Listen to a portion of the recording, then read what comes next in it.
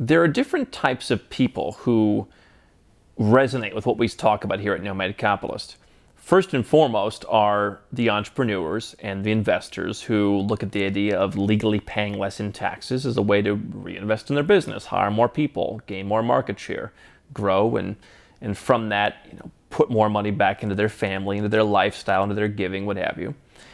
You also have folks who look at this as an interesting alternative, people who are into doom and gloom, people who believe the world is falling apart, the US dollar is going to lose 99% of its value overnight, and they attached what we're talking about because it seems like the thing to do. What I want to talk about today is why I am not a Permabear, and really to be clear on what Nomad Capitalist is all about, what it is that my thoughts are, and why I think it's so important to be optimistic in the world. Whenever you have a panic, whether it's the coronavirus, whether it's 9/11, whether it's some kind of big stock market crash, you bring out a lot of people who are scared. From that fear breeds a lot of anger. People get on edge. And what we see every time this happens is people go out and they start attacking each other. And it's very interesting to watch. One of the things that I believe the Nomad Capitalist lifestyle has afforded me is the ability to have more money. Part of that's in cash. Part of that's in safe assets, physical assets. Part of that's in real estate that's paid off that I can live in, to where I don't have really very many obligations. And I have a lot of assets that I can use to weather any storm. A lot of folks don't have that.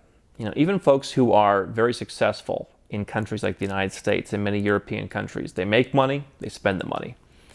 Even some of the folks that I work with, I talk to, you have guys who are making $500,000 to $1 million a year, and they don't have much of a net worth because the money comes in, it gets heavily taxed.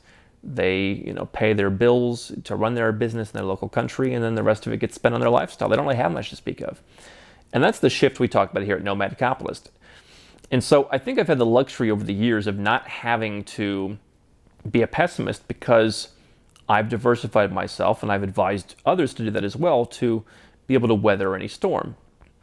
But one thing, I was talking to an economist friend of mine who said, in a panic, in a crisis, in a crash, in a market crash, as we saw most recently with the coronavirus, when you saw markets just collapse, 30% overnight, basically. He said, hell hath no smugness like a permabear during a crash.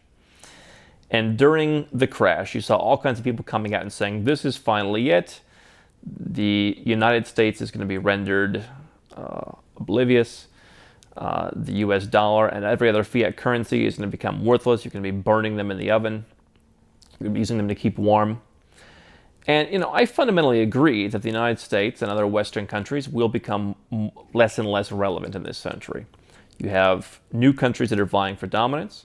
You have a lot of small countries which are vying for, taking new startups and hiring and living and all that kind of stuff. I do believe that fiat currencies have a terrible record. And yes, I'm well aware that in the last 100 years, the US dollar, for example, has lost 97% of its value. A dollar in 1913 is worth about 3 cents now.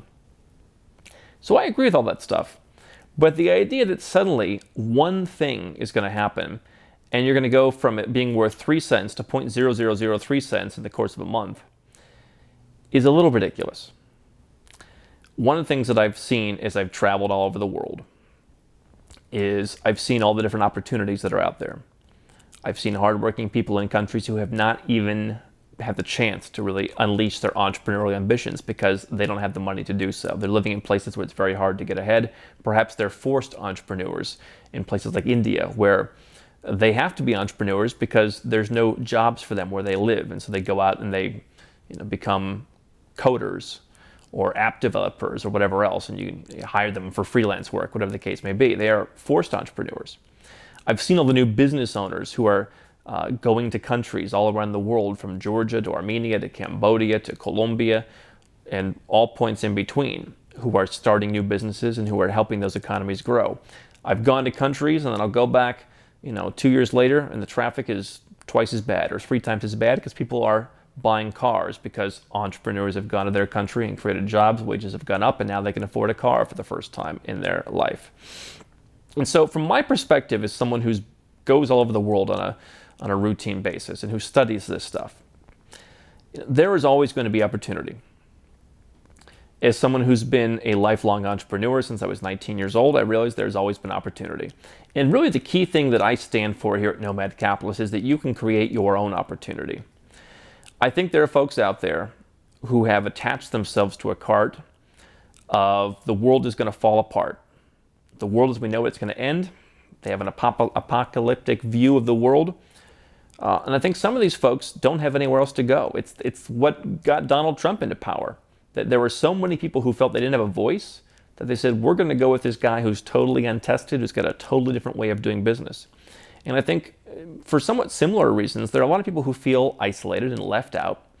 I think you've got a lot of people, especially in Western economies, who don't have some of the job prospects they did in their particular industry because those jobs have moved to greener pastures and they haven't figured out how to reinvent themselves. And so they get angry. And they sit around and they comment on videos like ours and they watch stuff like this and they go around and they watch some of the big names in the space, that the economy is going to collapse and it'll never recover for the rest of our lives and we'll all be foraging for scraps from dumpsters and we'll be trading in jade stones.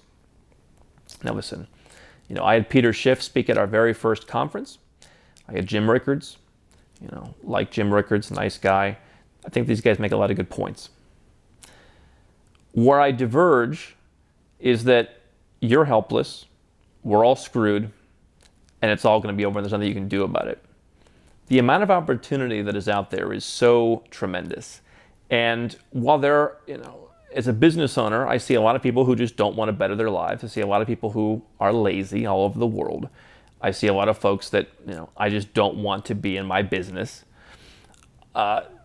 I see a lot of people all over the world who want to create great businesses, who want to improve things, who want to see the economy in their country grow.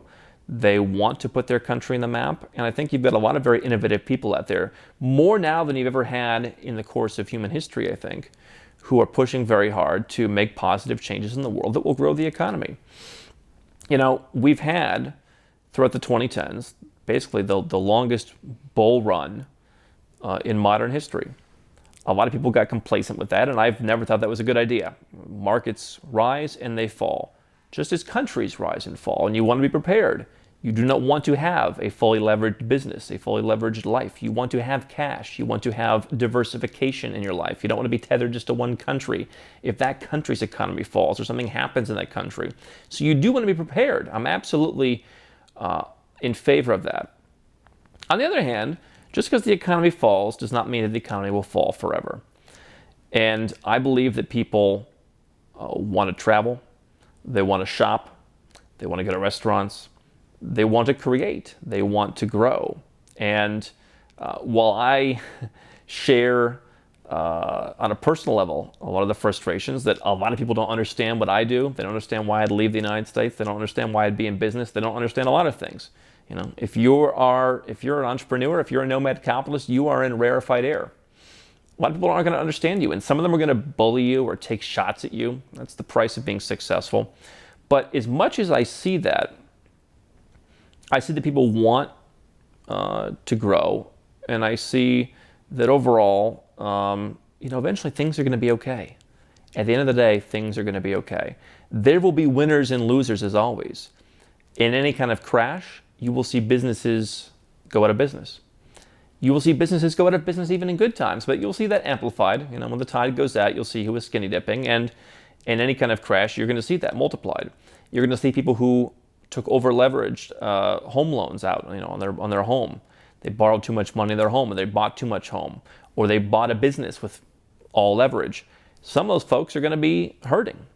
Some countries are going to be hurting, and you might see some countries, like the United States or other Western countries, just continue to see less and less dominance.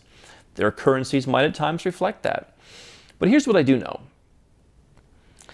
What I know is, just as I don't want to follow along with whatever the media says, I don't want to follow along with what people who believe the world is going to end and everything is negative, and everything is a negative spin or saying. Because what's interesting is when I talked to my social media manager, I said, go through the comments. And we found that there were literally some people who were saying during the height of the coronavirus, as emerging market currencies were taking a beating, they said, oh, look at Andrew, he's so stupid. He should be holding US dollars. He's in these crazy currencies. We went back and looked 6 months earlier. I'm an idiot for having any US dollars. There are people out there who are just negative.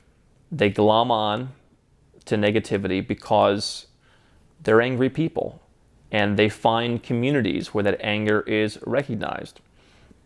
I've been featured on some of the websites of these people who everything is angry, the world is always collapsing, and that's fine. I appreciate the attention, but I am not someone who believes the sky is always falling. I believe that in the long term, you're going to be okay. It's up to you, by the way. If you want to sit around and grouse and whine and moan and sit in the basement somewhere, then maybe for you it won't be as good, and maybe you'll still be in the same boat 10 or 20 years from now, and you'll say, hey, I told you so, while I and the rest of us who follow what we're talking about get wealthier and wealthier and grow more and more. But I'm not a permabear because I see the potential that's out there. I believe in the ability of ambitious humans who want to create, who want to add value. I believe the world is going to, in the long run, head in the right direction. I do think we're going to see issues in some countries, and again, largely in the West, with declining civil liberties. I think you're going to see higher taxes in the West, and I think you'll see some countries again become less and less relevant, which speaks, in my mind, to exactly what we talk about here, that you never want to be tied to just one country. You always want to keep your options open. You always want to have multiple options. You want to have more than one citizenship so that you have different places to go. You never want to have your investments restricted by one country. You never want to become a taxpayer by default in one country where you can't leave the tax system. Because a lot of countries have racked up debts that are going to become very hard to pay. Taxes are going to have to go up to compensate for that. And so you want to have some protection. But to say that the world in general is screwed and we're all going to go down with it, I just can't sign on to that. How can Nomad Capitalist help you? 4 ways. Number 1, subscribe to our channel and click the notification bell to make sure you get our new video every day. Number 2, get a copy of Nomad Capitalist, the book. You'll learn a lot of my personal experiences over a dozen years of studying this stuff, as well as exactly some of the strategies that you can use to build your Nomad Capitalist plan. Number 3, if you're not sure where to start, but you want to come and learn from my team and I, you want to come and mingle with like-minded people, learn more about our live conference, Nomad Capitalist Live. It's coming up soon. And number 4, if you want some help right now because you've got a burning issue, you need something solved, you want to lower your taxes, get a second passport, or build the Nomad Capitalist lifestyle of your dreams, go to nomadcapitalist.com and click on Become a Client.